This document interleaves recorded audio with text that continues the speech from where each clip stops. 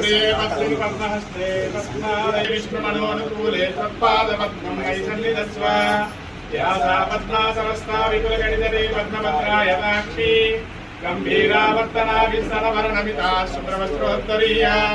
लक्ष्मीर्दिव्यैर्गजेन्द्रे मणिगणखचितैः स्नापिता हेमकुम्भैः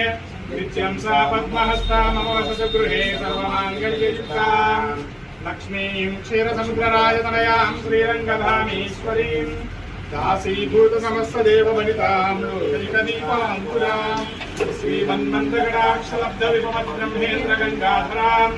त्वां त्रैलोक्यकुटुम्बिनीं सरसिजां वन्दे मुकुन्दप्रियां